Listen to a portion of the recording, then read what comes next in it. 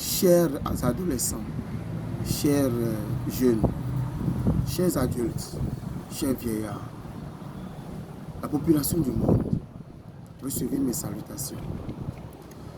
Nous savons très bien que le monde actuel traverse une crise sociopolitique,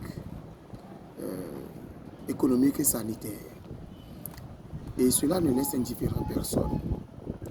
En particulier la Russie qui a déclaré la guerre à l'Ukraine et par extension les Occidentaux et les USA.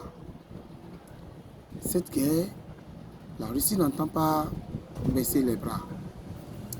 Et malgré les sanctions qui sont prononcées contre la Russie ne sent rien, on a l'air de sentir rien. Parce que la Russie s'est préparée. Et la Russie ne compte pas aller chez quelqu'un pour faire des prêts et demander de l'aide. Parce que tous les jours qui passent, la Russie trouve de l'argent ou gagne de l'argent de façon subtile à l'insu de tous. Des milliards de dollars. Comment la Russie procède-t-il? Nous savons très bien que l'application WestBet appartient à un Russe. Et également les jeux sportifs, la Russie, avec l'application WestBet, peut manipuler ces jeux-là à leur volonté. Par conséquent, les jeux, les matchs, que vous pensez que cela va se dérouler de la façon dont nous l'imaginons, c'est plutôt le contraire qui se produit. Ce n'est pas hasard. Parfois, la Russie négocie, ou bien WestBet négocie ces matchs-là, juste pour faire perdre des coupons et gagner des milliards. Nous prenons également les clubs. Tous les clubs qui appartiennent à la Russie sont des clubs dont la Russie a les mêmes mises sur ça. Nous prenons l'exemple de Chelsea.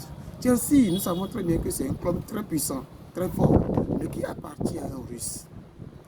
Le 2 avril 2022 passé, quelque chose s'est passé et cela a laissé la saignée dans le cœur de beaucoup. Qu'est-ce qui s'est passé? Il y avait eu beaucoup de matchs. Il y avait entre autres Chelsea et contre Brentford. Ce match, nous le savons très bien, Brentford ne peut rien face à Chelsea. C'est un match déjà plié. Mais contre toute attente, Chelsea a marqué le premier but et Brentford l'a égalisé. Brentford a marqué un deuxième but. Brentford a marqué un troisième but. Et comme cela ne suffisait pas, un quatrième but. Ce qui revient à 4-1. Cela a gâté beaucoup de coupons. Vous imaginez combien de coupons sont misés le jour-là? Des centaines de millions, voire des milliards. Tous les coupons qui sont fabriqués ou bien qui sont joués le jour-là, il y avait le match Chelsea-Brentford dedans. Parce qu'on sait très bien que Chelsea va gagner. Mais Chelsea, c'est un groupe, entre parenthèses, fait partie des 3 premiers en Angleterre pour cette saison. Chelsea est le 3e, après City et Liverpool. Et nous savons très bien que stratégiquement, Chelsea, même s'il gagnait le match d'hier, c'est-à-dire 2 avril, Chelsea va toujours occuper la 3e place. Même s'il perdait, il va toujours occuper la 3e place. Par conséquent, Chelsea n'a rien à gagner ou n'a rien à perdre en gagnant ce match ou en perdant le match. C'est ainsi que WestBet l'a manipulé jusqu'à ce que Brentford l'a gagné.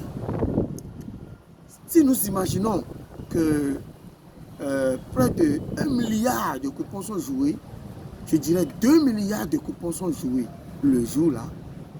Près de 2 milliards de coupons sont joués le jour-là. Il y avait Chelsea-Brentford dedans.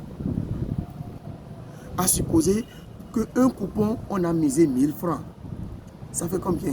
Ça fait 2000 milliards de nos francs CFA. Mais dites-vous que ce jour-là, les gens ont misé pas 1000 francs. 5 000, 10 000, les gens ont misé 20 000, 50 000, 100 000, 1 million. Les gens sont allés jusqu'à miser toute leur fortune.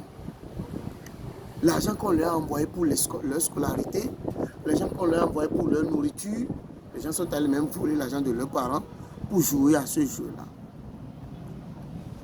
Et comme ce match n'a pas marché, ça a gâté tous les coupons. Et ainsi, imaginez combien OneXBet a ramassé le jour-là. Prenons le juste minimum. Le juste minimum. Prenons 5 000 francs par coupon. 5 000 fois 2 milliards de coupons joués. Ce jour-là. Ça fait combien? Ça fait 10 000 milliards de nos francs CFA qui se sont envolés le 2 avril passé. Tout cela dans la poche de OneXBet et de la Russie. 10 000 milliards de nos francs CFA convertis en dollars, ça fait plus de 18 milliards 181 millions de dollars. Je dis bien plus de 18 milliards de dollars, 181 millions. 181 millions de dollars.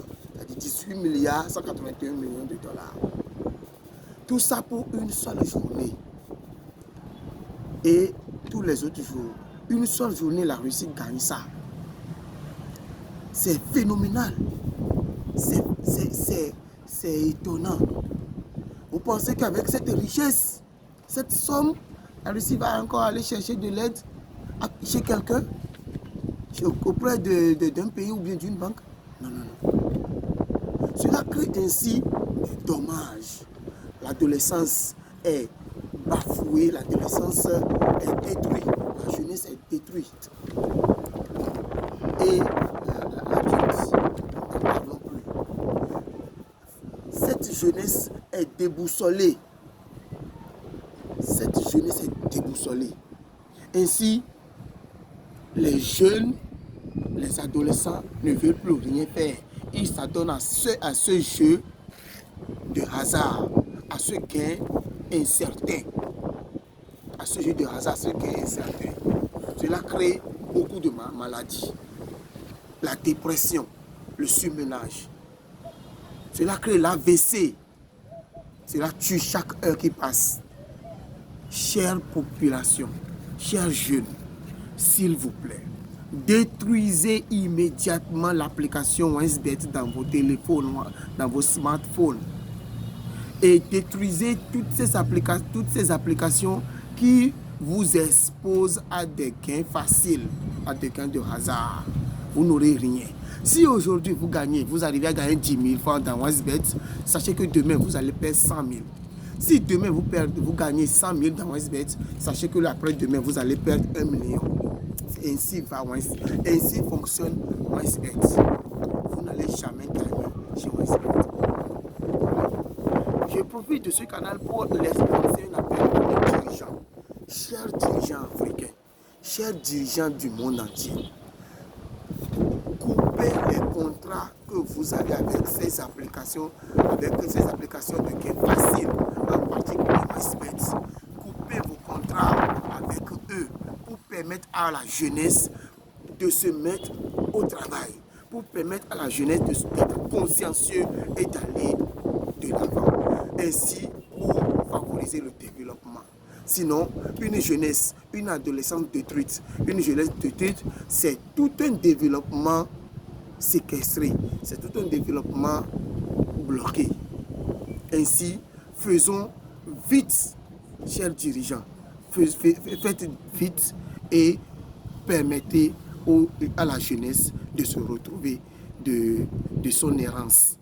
Permettez à la jeunesse de se retrouver et de se reconstruire. Je vous remercie.